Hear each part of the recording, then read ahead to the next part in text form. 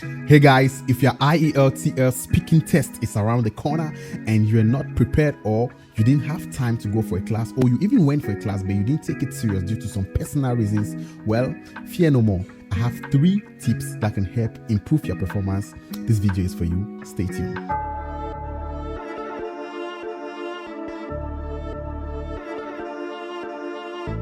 I go by the name Sir Peter. I'm a language tutor and a travel consultant.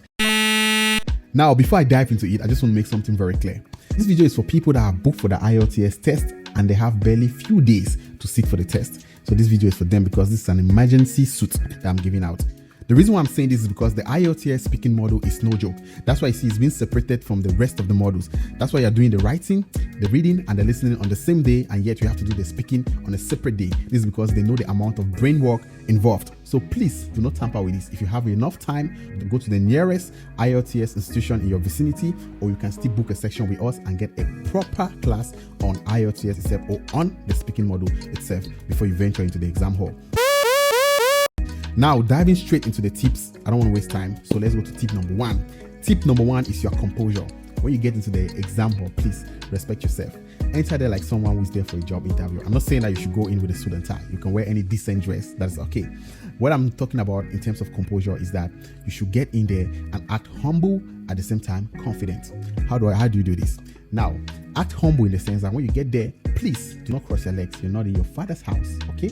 So sit with your legs like any normal person. You put your 2 legs where they're supposed to be and sit down and wait for the instructions and the questions. Do not chew. Don't take a chewing gum inside the exam hall. It's very rude to chew and talk at the same time.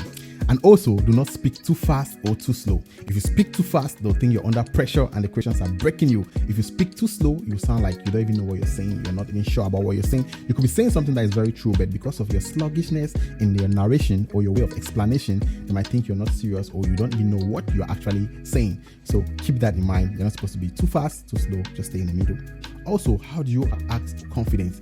Don't go there and express all your anxiety and start looking left, right. Before you know it, you'll be sweating even though there's an AC in there. So what you're supposed to do is that you're supposed to relax, act natural.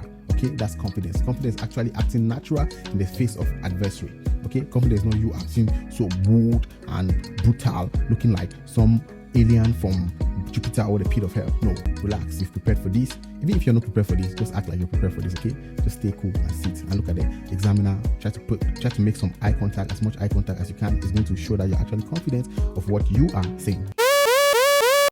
Okay, point number 2 is grammar. You have to pay keen attention to grammar. When I say grammar, this is a little bit of a problem in the IELTS sector because most professors are going to tell you that the IELTS grammar has to do with big words, like fancy words. If IELTS was all about grammar in that sense, then nobody will pass because it's only the professors, the literature professors, who are actually able to speak grammar in our society. You and I, what we do is we speak the normal English language. That's the basic English language. So I'll advise you to stay to that basic English language because what your IELTS examiner is going to pay attention to is if you're going to use your tenses appropriately, like the past tense, the present tense, and maybe the future tense.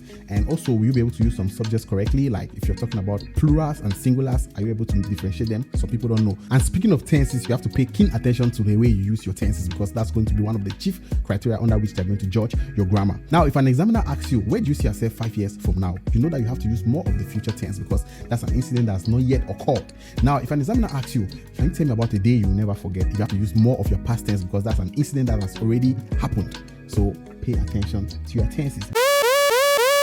And finally, the 3rd tip is elaboration. Please, this is going to help you 50% of the time because in every part, there are actually 3 parts in the speaking sector. In every part, this is going to help you generate more marks. Now, elaboration is one of the things that help you to explain your answers because in IELTS, after you give an answer, they expect you to add some small details to the answer.